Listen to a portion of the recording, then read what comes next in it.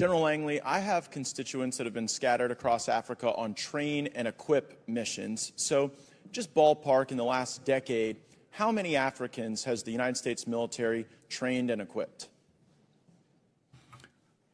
Congressman, I don't have that figure. I can get that figure for you. Ballpark, just, how many? Congressman, it would be a wild guess right now. Seems like something we should know, right?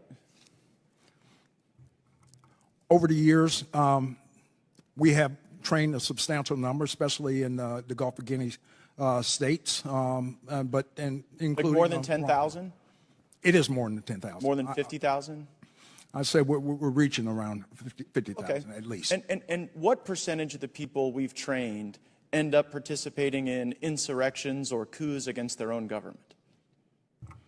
Very small number, Congressman, very small number. So what percentage do you think? I'd say probably less than 1%. But it does happen. The IMET program is in force, and we've pushed a significant number through our schools across the and what data sets do you track to arrive at the conclusion that less than 1% of the roughly 50,000 that we've trained have participated in coups? Because it'd be like about 500, about 1% of 50,000.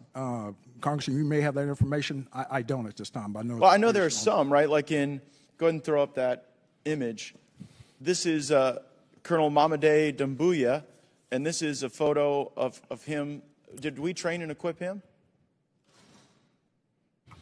in Guinea?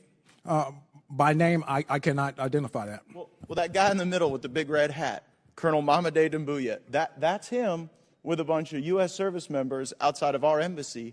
And just months after this photo was taken in 2021, he led a coup in Guinea and threw out the leader.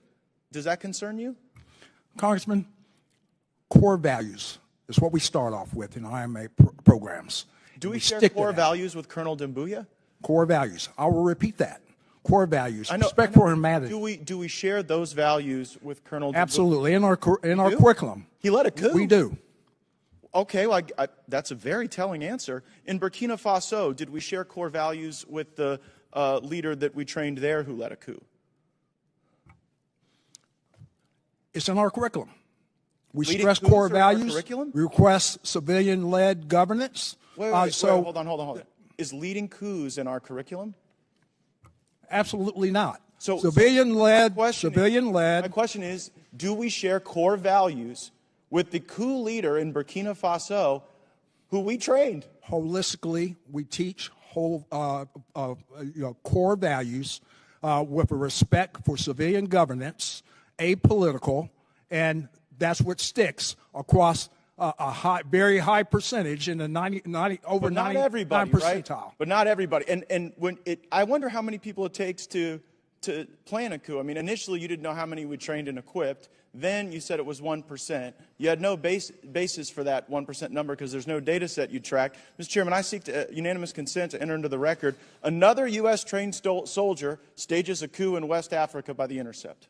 Without objection, so ordered. And I further seek unanimous consent to enter into the record. U.S. forces trained the Guinean colonel behind the recent coup in West African country, and this is regard to Guinea. Without objection, so ordered. So I guess the question is, why should U.S. taxpayers be paying to train people who then lead coups in Africa?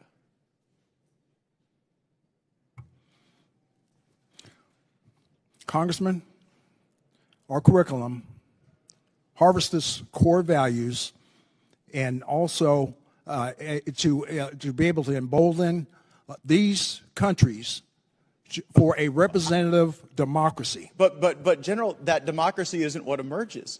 The problem is, I know you may have great confidence in what you're teaching, but when two governments have been overthrown, I guess how many governments have to be overthrown by people we train before you sort of get the message that our core values might not be sticking with everyone? Is it 5 countries? 10? We'll continue with our persistence in assuring but do you think it's that working? they harbor democratic norms, democratic values. Just a moment ago, you said we shared core values with Colonel Doumbouya. You said that just moments ago in response to my question, and his core value seems to be leading a coup. So I don't think it's stuck. I think we should at least know how many countries we train the coup plotters in how many is too many? Because clearly 2 is not too many, and I think we could use our resources far more effectively than doing this.